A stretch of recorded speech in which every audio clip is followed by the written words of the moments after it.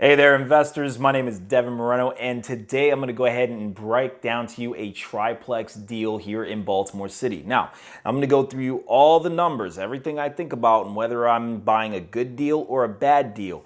Keep in mind, there's going to be a lot of information in this video. A BRRRR strategy deal on a multifamily is hard. There's a lot of information you got to know. If this were easy, everyone would be doing it. So just remember that as all these new investors out here watching, I'm going to try to show you as much as I can without being way overwhelming, but I want to show you exactly how I run these numbers. So this one actually comes from a wholesaler, all right? A wholesaler is a person who basically, let's say, we're going to simplify it down to they'll give you properties that are off the market, so not on the MLS. And he basically has a website here, as you are seeing. He's actually a popular guy in Baltimore City. He's pretty well known for being a wholesaler. And here he's selling this 3-unit in Reservoir Hill where he's saying it's 44% of the ARV. Selling it for $184,000. And here's you see the address of it. This is an active listing, so you can buy this now. Remember, it's not on the MLS though. So you won't find it on like Redfin or Zillow. It'll say like, oh, it's not for sale. But essentially 3-unit, he's saying it's 3,000 square feet, set up as a legal 3-unit, and can be easily converted into a single. You can either rent it for $1,000 per unit or flip as a single family home for a $400 to $420K.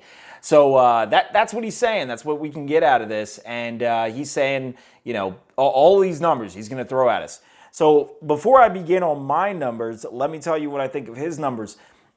It's BS. So you shouldn't follow the numbers of your wholesaler or a lot of times even your realtor if you don't have a relationship with that realtor. They're going to tell you whatever it takes to get you to buy the property, and they get a lot of new investors this way buying really crap deals because they don't understand how to run the numbers and they're just taking what their numbers are. So I want to go into the real numbers. I want to be real with you about how I actually find my numbers and see if he's actually, you know, even giving us really what we need. So naturally, the problem is that we don't have access to the MLS to get the most accurate numbers available for ARVs and comps.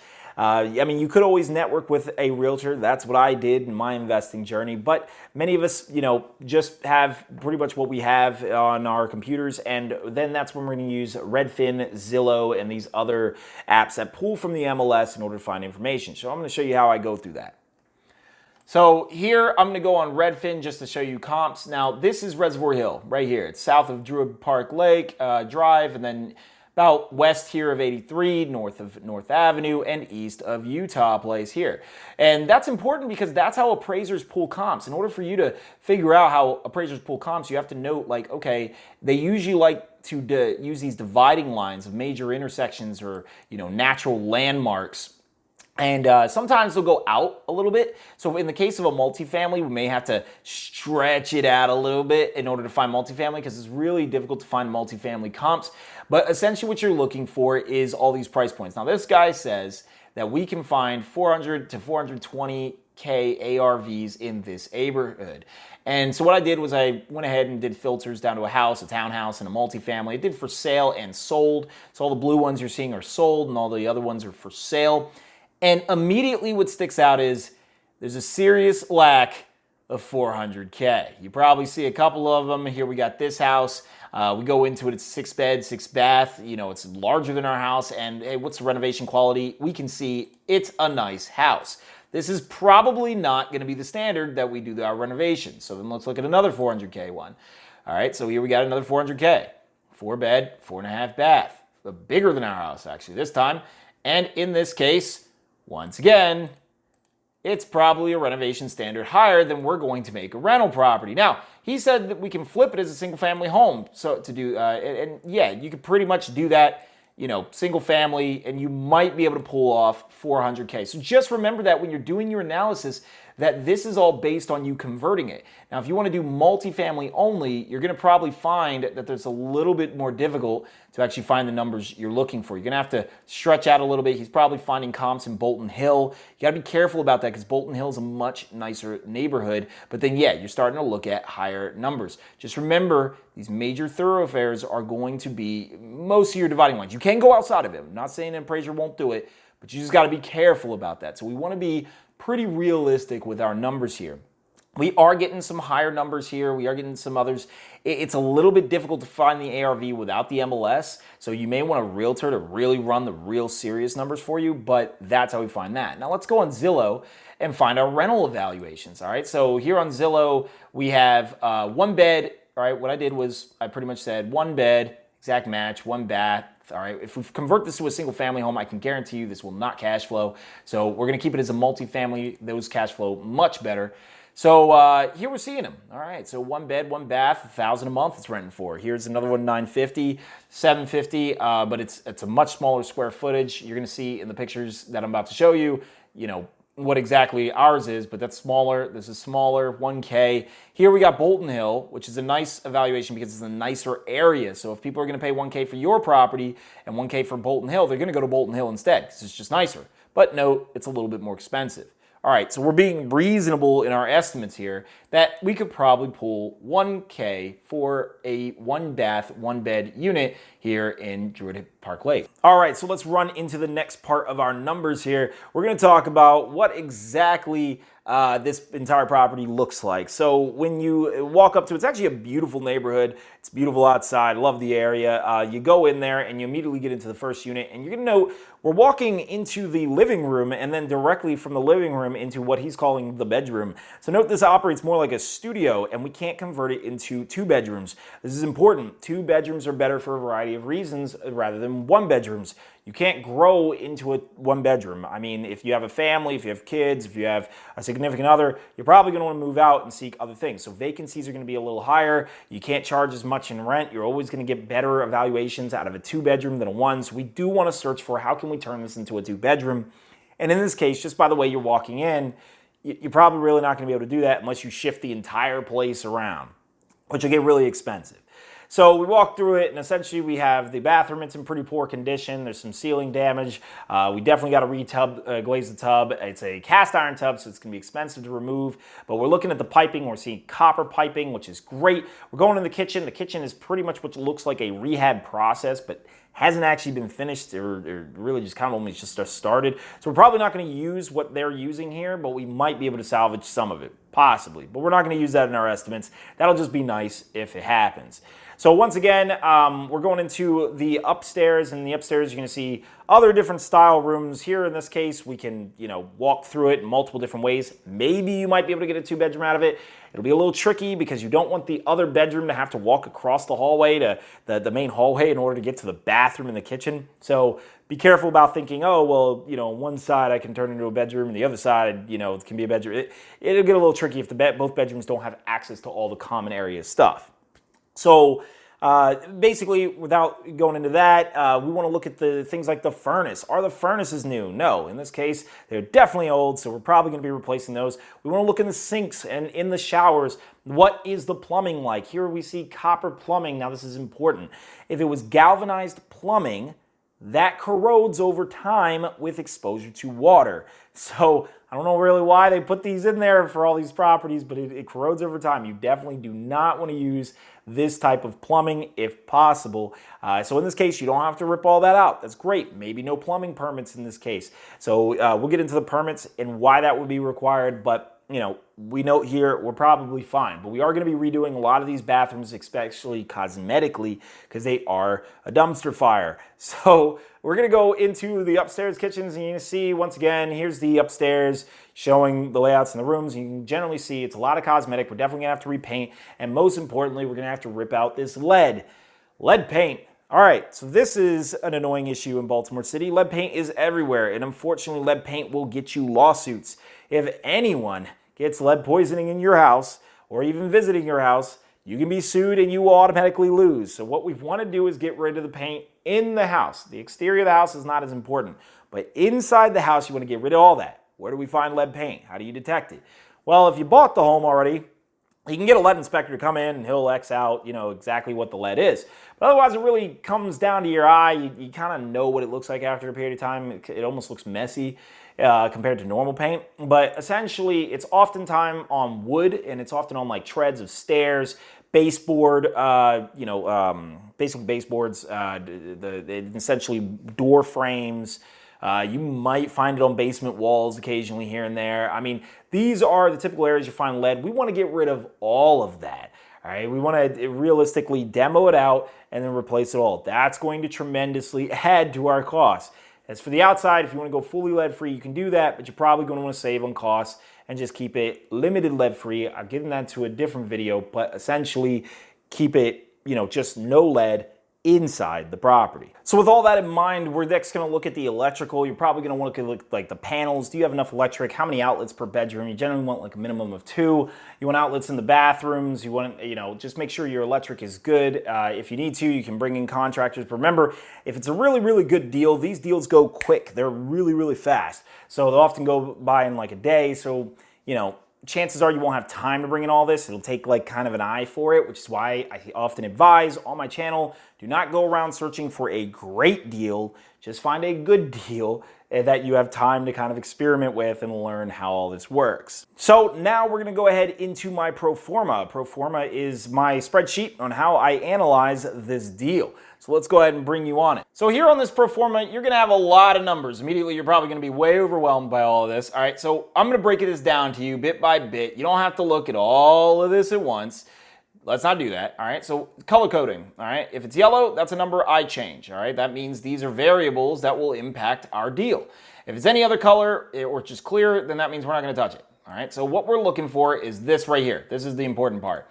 These are the ideal metrics. This is what we really want, and this is what we're getting. So based on this deal, as of right now, we have a 19% cash on cash return. That means it will take us 5 years to get our money back. Then we have free cash flow. It's about 364, and we'll get into that. So basically, for the entire property, not per unit, so we're getting $364. Ideally, we want 675 as per ideal metrics in this city. Debt service coverage ratio, you don't got to worry about that, but essentially you want 1.75. I mean, we'll probably deal with some of these other things in a later video. But for this one, let's focus on cash return and free cash flow. That's what we want. We want money coming in every month, and we want to get our money back that we put into this deal. So now let's go here. This is the amount of rent we're bringing in, $1,000 per month on each property. We all agreed that, okay, wholesale is probably right on that. And then we're gonna go over to this, maintenance. I've factored in $100 a month per unit for maintenance. This is the reason is because all of this, we're probably renovating brand new. We shouldn't be dealing with a lot of maintenance, but over time, yes, things will break down. Now, if you're really new, which many of you watching this might be, then you probably might mess things up where, maybe you got used appliances that need to be refixed or whatnot. I mean, who knows? There's a lot of things that could go wrong in these properties. So we always want to allocate maintenance. So I actually think this is actually pretty cheap for what you might want to allocate, but that's pretty good for right now. Utilities. You're going to pay water on most of these properties. Most of the reason for that is because you do not want the tenants paying it. If they stop paying it, your house can be gone up for a tax sale. So you definitely do not want that. You want to pay the water. It's about $50 to $100 per unit, generally, especially for a 1-bed, 1-bath. And then property management is generally about 10% of the rent amount. So with $3,000, it's going to be $300. All right, so now we're going to come over here. All right, so note the purchase price. All right, we have the purchase price.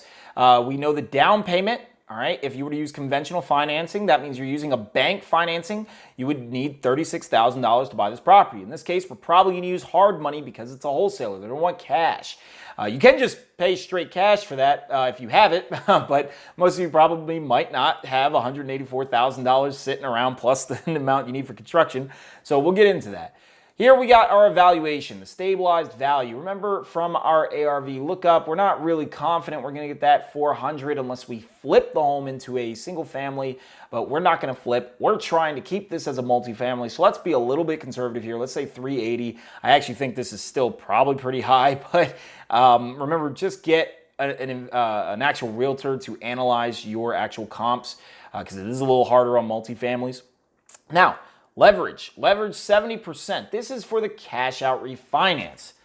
Now the cash out refinance is really, really important. This is what allows you to get your money out of the deal. The bank is going to refinance you after 6 months and they're going to, or longer if it takes you longer to renovate the property, and they're going to pay you a lump of cash, generally 70% of the ARV. This is why the ARV is so important, because for every $10,000 in the ARV, they're going to give you $7,000. All right. So if your ARV isn't high enough, then you're going to leave money in the deal. Leaving money in the deal will kill your investing career. You do not want to do this if possible. Many people come from backgrounds where they're like, nope, don't want to deal with debt, don't want to deal with leverage. Look, if you have $500,000 in the bank and you bought 2 of these deals and all cash and you didn't do a cash out refinance, you're done. That's it. You're getting $3,000 a month. How long is it going to take you to make all of this money back? I mean, it would be an absurd process. It wouldn't make any sense. Your ROI would be garbage. You're better off just investing in stocks. So, I mean, realistically, you don't want to do that here in real estate. You got to leverage debt if you really want to play this game to get lots of properties over time. So if you're on the Dave Ramsey method, then obviously you don't do this. But, you know, if you're trying to be an investor who's trying to build an empire, then you definitely want to get your money out. So just remember that. Use 70% of the ARV, and let's go ahead and look at what that is. So here you're going to see the mortgage amount, all right, of $266. That's going to be 70% of the stabilized value up here. So with this $266, that means you have that much wiggle room. $266 minus your purchase price. That's how much wiggle room you have before you now have to leave money in the deal. So just keep that in mind. You want to calculate that for yourself. So now let's go into a vacancy factor. I mean, for a 1-bed, 1-bath, we're going to just add in 10%. Usually I do like 5% for single family homes, but I mean for these, 1-bed, 1-bath, you're gonna have a lot of turnover. People are gonna move out pretty quickly. I don't think you're getting a lot of people staying for very long. So you have to do that turnover. Sometimes evictions may even increase this. Tax assessed value.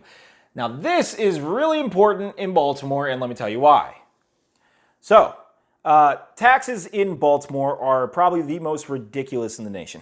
And they are higher than California taxes. They are higher than DC, actually double the amount of DC, and higher than almost anywhere else in this area. It's basically 0.02248% of the actual, for every dollar in the valuation. Long story short, it's expensive, all right? So we'll get into that in a tax video. Now, how did I find that is more important, okay? I found that by actually looking it up. I had to look it up on the State Department of Taxes and Assessments. So I'm going to go onto that website. I'm going to show you how that works. But you really want to evaluate your taxes because your taxes will crush you. Now, luckily, we're buying this property at $184,000. So even though we think the property will be worth almost $400,000 later on, we can tell the tax assessor, well, I bought it for $184,000. So it shouldn't be above that. Actually, it's funny enough, tax assessors will agree with that. And every 3 years when it comes around for your new assessment, you can just say, well, that's what I bought it for. Now, keep in mind, you won't get away with this forever. Over time, they will assess it based on the comps of your area, but that's something that you can do, at least for the time being, to save on taxes. So let me show you how I found my tax rate. So here we're going to go on to the State Department of Assessments and Taxation. I'm going to actually show you from scratch how I did it. So I went onto this website, the Maryland website, and we're going to go here. This is really quick. Baltimore City, street address. We're going to go into here and we are going to type in the address of our house, which is an active listing at this current time. All right, so we show this. And here we go. So this is all public information, obviously. And here you got, the actual address that we're looking for. And this is what you want. Value information. You're going to want this number. This number right here. All right, right there. All right, so that is the total. All right, so the improvements is basically the stuff on top of the land, all right, but that's the total. That's the one you want. You want this number here. That is going to tell you essentially what the value of your taxes are. So that's where I got that number from. So we're going to go back into here, all right, and that'll factor into our property taxes. So in this case, it will be $2,605 yearly, or $217 a month. Then we're going to go down here, and notice I calculated it in, that's the tax rate. Now we're going to go to the hold period, 6 months. This is actually really annoying. You have to hold the property for 6 months before you can cash out refi. This is done regardless of how you bought the property. You can buy it in cash, a bank loan, doesn't matter. You will have to wait 6 months before you can do a cash out refi. This is to prevent financing shenanigans, which sometimes we will pull as investors here. So short-term financing, a lot of you are not going to be able to buy this property straight cash, so you're going to need hard money. Average rate of hard money is about 12 to 15%. sometimes a point, where this is actually pretty conservative, to be honest. This is probably a better rate than many of you might actually find. But we're going to go ahead and evaluate this because every time this will be more of your standard. And then you're going to need insurance on the property, which they will force you to get. For multifamily, this will be higher than single families, especially if it's a larger property. So let's go into this number is going to factor into how long you're holding it here, and it's going to factor in your calculation. So you want to factor all that in, your holding costs. This is important, all right? These holding costs are how much money you're paying to keep it over time. Purchasing costs. Many people forget about this. Purchasing costs, this is what you're going to be paying on top, all right, this 8,722 number on top of the cost to purchase. Because you have all of this stuff, title costs, transfer and recordation, all these insurance and everything. You are going to be paying all of that to purchase the property. So just remember that you do have extra costs on top. So do not forget to add that in. Now we're going to ignore all of this. That's for flipping. We're not flipping this house. We want to hold this house. All right, so based on all of these numbers, we're getting a 19% cash on cash return and this number here. All right, so how are we getting that? I will show you. Essentially your free cash flow comes from, all right, it's essentially your income, the total amount of income you're receiving. Notice 36,000 minus your vacancy, minus your expenses, minus your expected debt service, which I'm evaluating here based on the mortgage of your cash out refinance, $266,000. Remember, we're going to do a cash out refinance down the line, 6 months down the line, and that means our mortgage will be this amount, all right? And that's debt service. I'm sorry, that's not the mortgage, that's debt service. So we actually have to add on to this, which is the taxes and the insurance, which is done for us, all right? Note, all of this is our expenses. Comes here, that's added here, all right? So just note that's already factored in, but that is how we're getting our free cash flow.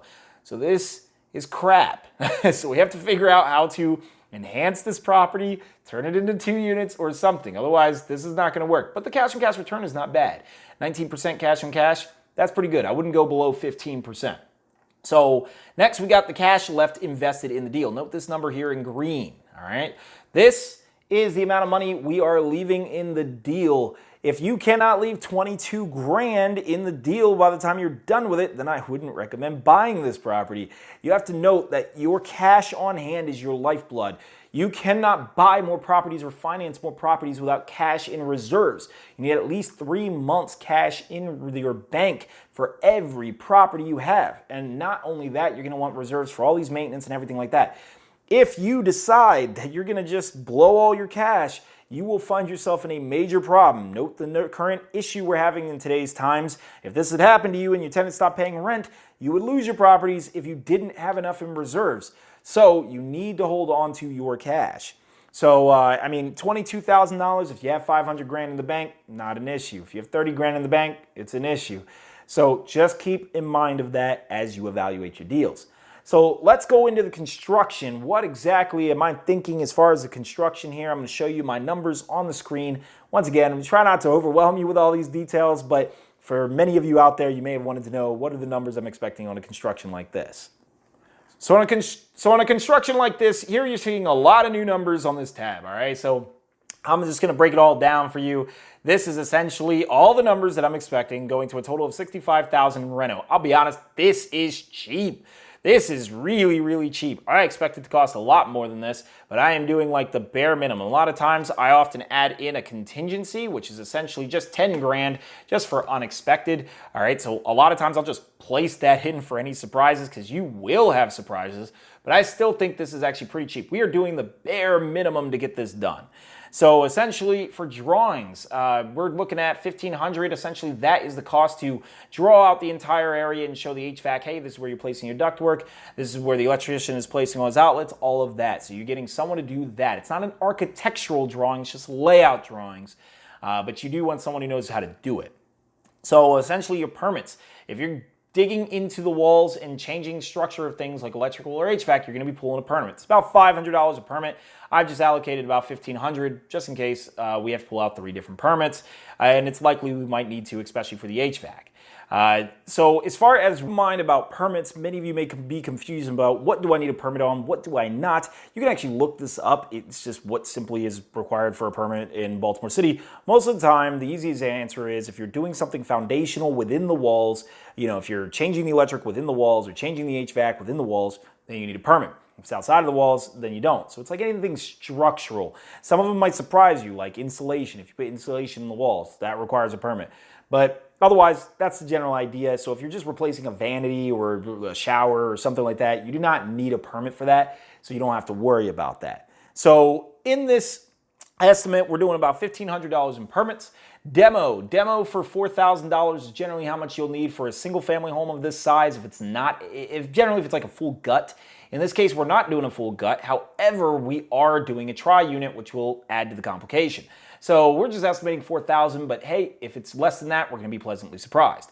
Concrete, we're not doing any of it. Masonry, we're not doing any of it. No brickwork or anything like that. Metals, we're not doing any of it. Like I said, we're keeping this as cheap as possible.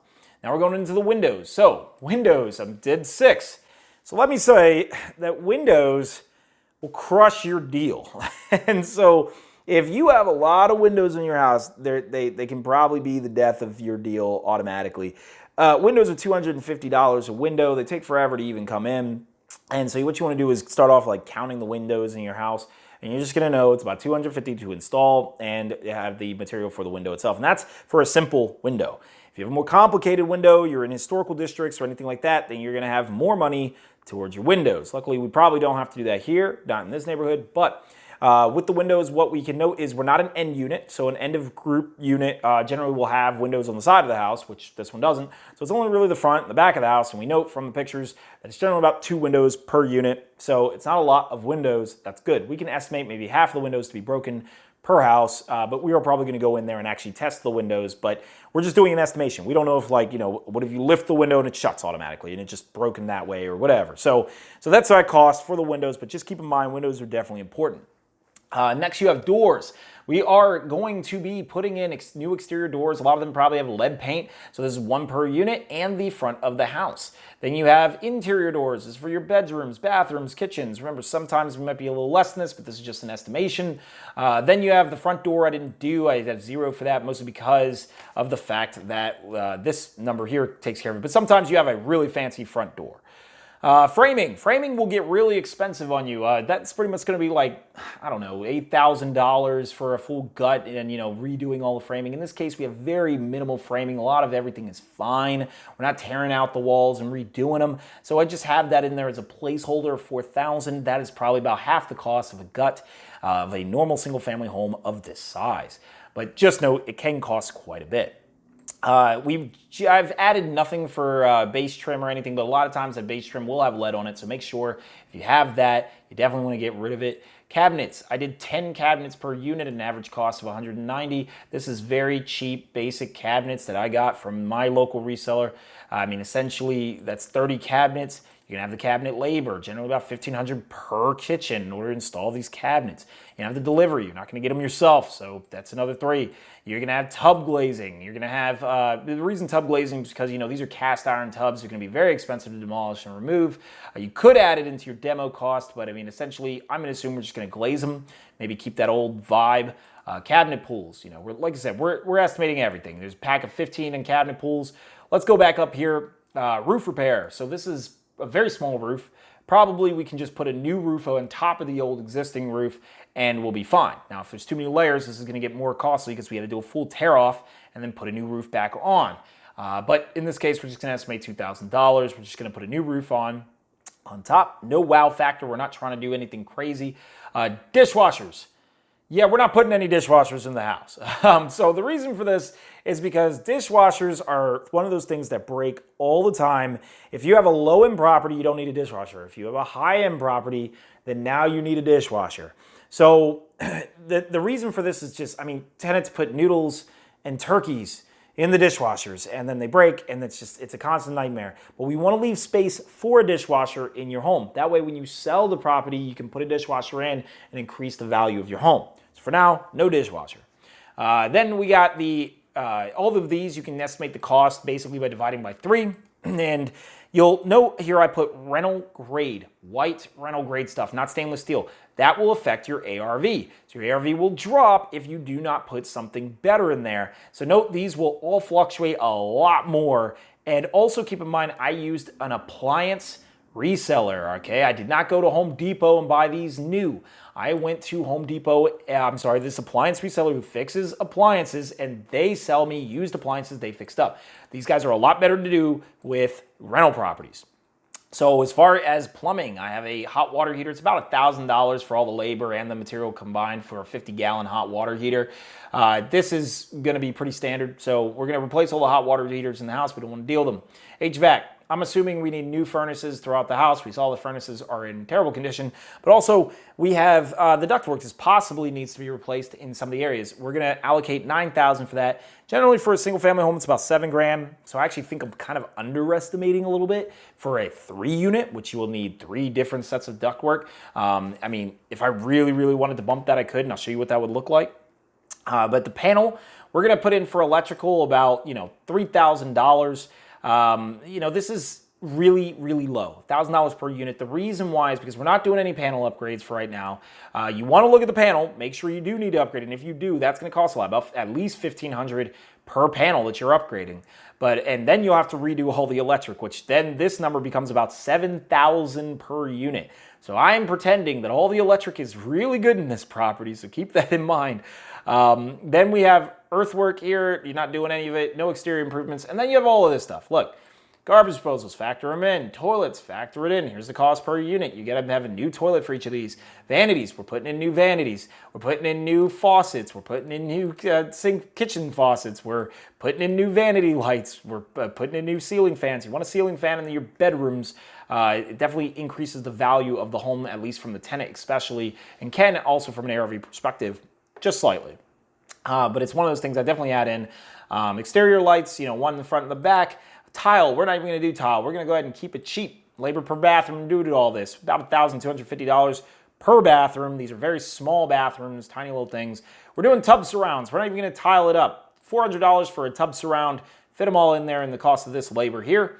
Vinyl flooring based on 23, planks a square foot. This is going to be quick lock vinyl planking, not the adhesive kind. So this is what I estimate for the square footage at $2.28 dollars a box.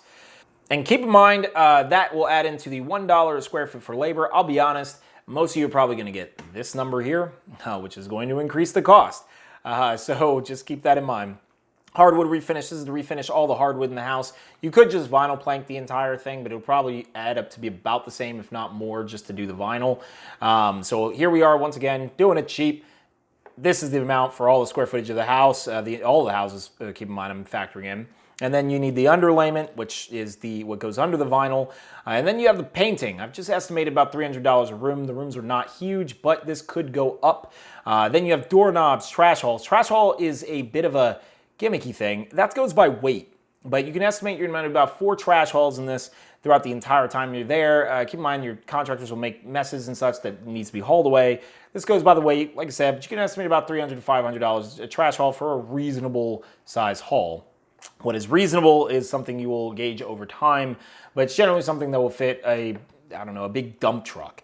Pretty much it goes all into this, okay? So this is what we're looking at.